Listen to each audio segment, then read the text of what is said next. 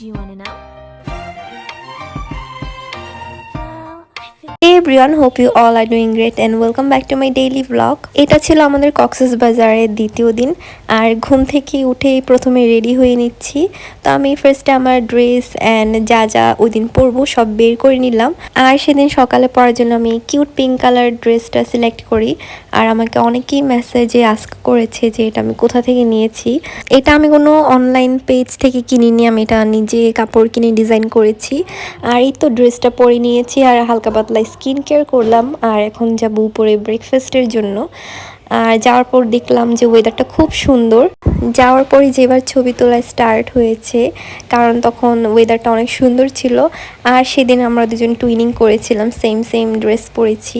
আর এখানে টেবিলে বসে বসে রেদওয়ান গ্লাস নিয়ে এরকম করছিল। তারপর আমাদের ব্রেকফাস্ট চলে আসে। সেদিন আমাদের হোটেল থেকেই কমপ্লিমেন্টারি ব্রেকফাস্ট ছিল। আর ব্রেকফাস্টে ছিল পরোটা, ডিম, তারপরে ভাজি, সবজি আর ছিল তেহারি। আমার এটা ভিডিও দেখে একজন কমেন্ট করে এটা নাকি তেহারি না খিচুড়ি, বাট এটা তেহারি ছিল। দেখতে কেন জানি খিচুড়ির মতো লাগছে, কিন্তু তেহারি ছিল। যাই হোক, তারপর ব্রেকফাস্ট করলাম, তারপর খেলাম চা খাওয়ার পর আবার রুমে গেলাম। রুমে যাওয়ার পর এখন রেডি হচ্ছি। তো হালকা পাতলা টাচ আপ করছি সানস্ক্রিনের উপরে, জাস্ট একটু ব্লাশ আর হচ্ছে একটু লিপস্টিক, এক্সট্রা কিছুই না। আর সেদিন আমি এই লিপস্টিকটা ইউজ করেছিলাম, এটা হচ্ছে জ্যান অ্যান্ড মাইজার। অল্প একটু করে রেডি হয়েছি খুবই সিম্পলভাবে। এরপরেও বিছানার অবস্থা এরকম হয়ে গিয়েছে। এটাই হচ্ছে মেয়েদের জীবন, প্রথমে রেডি হতে হয়, তারপর আবার কষ্ট করে সব কিছু গুছাতে হয়। আর এখানে যখন ভিডিও করছিলাম তখন রেদওয়ান আমাকে শিখাচ্ছিল যে কিভাবে ভিডিও করতে হয়। আমার নাকি অ্যাঙ্গেল ঠিক নেই, এই ঠিক নেই, সেই ঠিক নেই। আর এখানে কেক ফেক একটা রিয়াকশন দিল ভিডিও অন দেখে, যদিও রিয়েল লাইফে এর থেকে ভালো রিয়াকশন দেয়। তারপর আবার নিজের একটা আলাদা ভিডিও করলাম আমার গেট রেডি উইথ মি ভিডিওর জন্য। তারপরে জেবার সাথে একটা ভিডিও করলাম, কারণ আমরা দুজনে দিন টুইনিং করেছিলাম আর দুইজনকেই অনেক কিউট লাগছিল। তারপরে আমার 100 কোটি ভিডিও করতে করতে রেদওয়ান অনেক বোর হয়ে যায়, এই জন্য ও ঘুমায় পড়ে। তারপরে ফাইনালি অনেকক্ষণ ভিডিও করার পর আমরা বের হই। আর সেদিন তখন যাচ্ছিলাম লাবণী বিচে। আর যাওয়ার পথের রাস্তাটা অনেক সুন্দর ছিল। এখানে আমি ভিডিও করতেছি কিন্তু কেউ আমাকে পাত্তাই দিচ্ছে না। তারপরে পৌঁছে গেলাম আর বিচের পাশে একটা অনেক বড় একটা বাগান বিলাস গাছ ছিল আর অনেকগুলো ফুল ফুটেছিল, দেখতে অনেক সুন্দর লাগছিল। তো এখানে দাঁড়িয়ে কিছুক্ষণ ছবি তুললাম। তখন হচ্ছে 10টা 11টার মতো বাজে, এই জন্য রোদের অনেক তাপ ছিল, এই জন্য বিচে মানুষ কম ছিল। আর মানুষ ম্যাক্সিমামই বিকালের দিকে আসে, সানসেটের একটু আগে, এই জন্য তখন ভিড় ছিল না। আর লাবণী বিচে এমনিও একটু ভিড় কম থাকে সুগন্ধা বিচ থেকে, এই জন্য এখানে এসে একটু ভালো লাগছিল। আমি বিচে এসেও পানি দেখেও নামতে পারছিলাম না, কারণ আমার এখানে রেস্ট্রিকশন আছে। আমাকে বাসা থেকে বলে দিয়েছিল যে কক্সবাজার আসলে আমি শুধু বিচ দেখতে পারবো, পা ভিজাতে পারবো, কিন্তু নামতে পারবো না।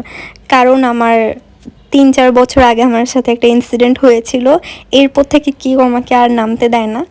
নামতে যেহেতু পারিনি, এই জন্য সাইডে দাঁড়িয়ে কিছু ভিডিও করলাম আর কিছু ঝিনুক আর শামুক কুড়ালাম।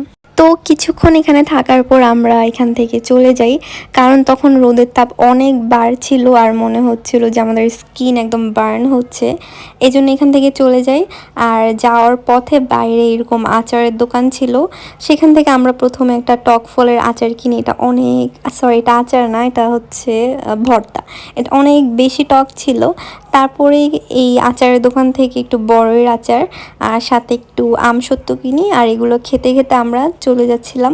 আর এখানে আম্মু আমাকে কোলে নিয়ে যাচ্ছিল আর বলতেছিল যে আমার কোনো ওয়েটই নাই, আমি অনেক পাতলা, আমাকে কোলে নিয়ে আম্মুর কোনোই প্রবলেম হচ্ছে না।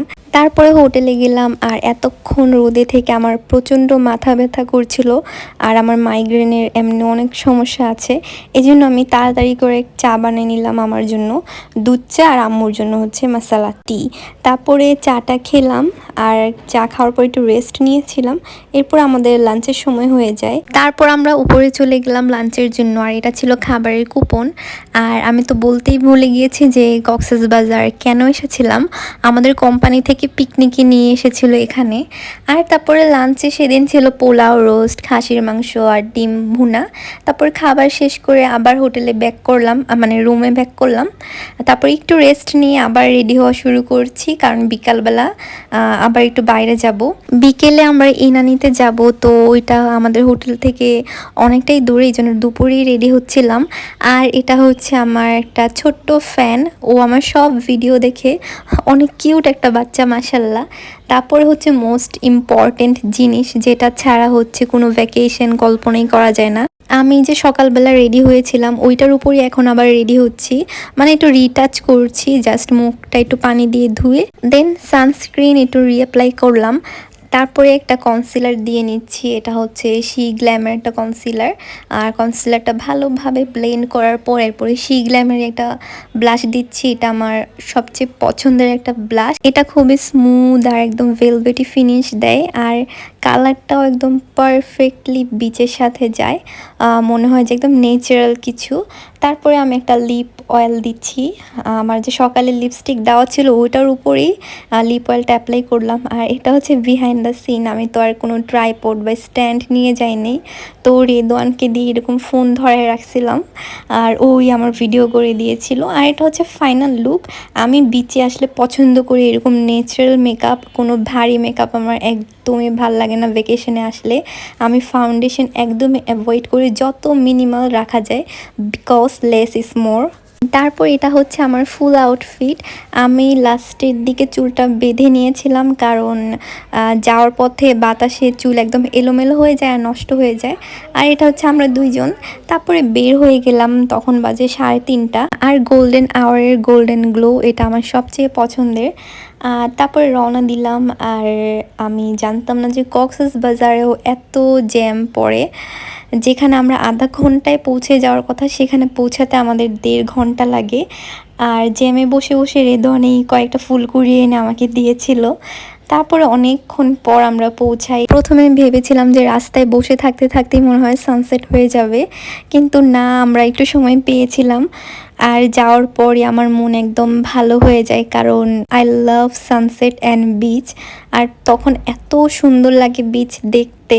আমার এই ভ্লগটা আরও অনেক আগে আসতো, কিন্তু ভ্যাকেশন থেকে আসার পর মানে 4-5 দিন পর আমার সাথে এত বাজে একটা কাহিনী হয়।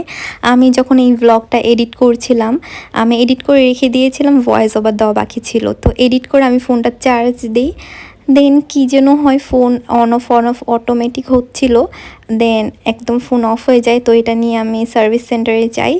সেখানে যাওয়ার পর ওরা আমাকে বলে যে আমার ফোনের স্টোরেজ নষ্ট হয়ে গিয়েছে, আমার যত ডেটা ছিল, মেমোরি ছিল, সব চলে গিয়েছে। আমি একদম ট্রমায় পড়ে যাই। দেন পরের দিন আমি অন্য দোকানে নিয়ে যাই, নেওয়ার পর শুনি যে না, অন্যই প্রবলেম ছিল। দেন ওইটা আমি ফিক্স করিয়ে আনি, আর আমার ফোনের স্টোরেজ ঠিকই আছে, আমার সব পিকচার অ্যান্ড ভিডিওসও আছে, এই জন্য আমি এখন ব্লগটা আপলোড দিতে পারছি। And I sacrifice my bag for this video, মানে একদম ব্যাগটা ধ্বংস হয়ে গিয়েছে লবণ পানিতে।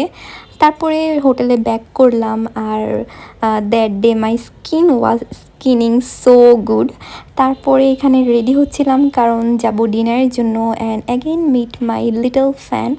আর বাচ্চা কাচ্চা দেখলে রেদন একদম বাচ্চা হয়ে যায়, ও এখানে একদম বাচ্চার মতো বিহেভ করছিল।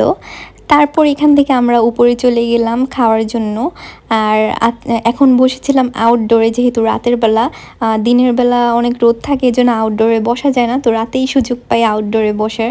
আর সেদিন ডিনারে ছিল ভাত, রূপচাঁদা ফ্রাই, সবজি ভাজি, ডাল, আর ছিল আলুর ভর্তা মেবি।